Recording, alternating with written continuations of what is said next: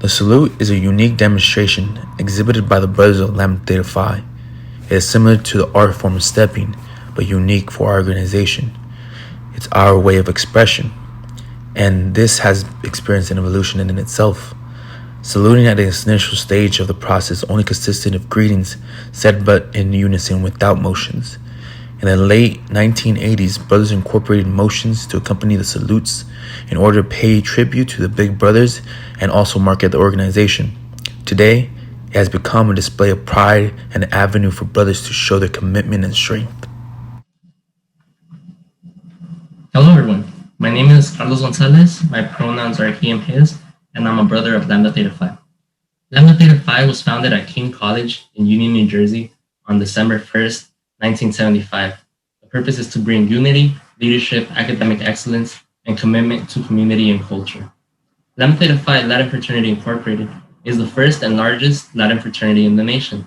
We strive for academic success and uphold our core values of unity, respect, brotherhood, culture, and pride. Up next, we have a video of our chapter salute.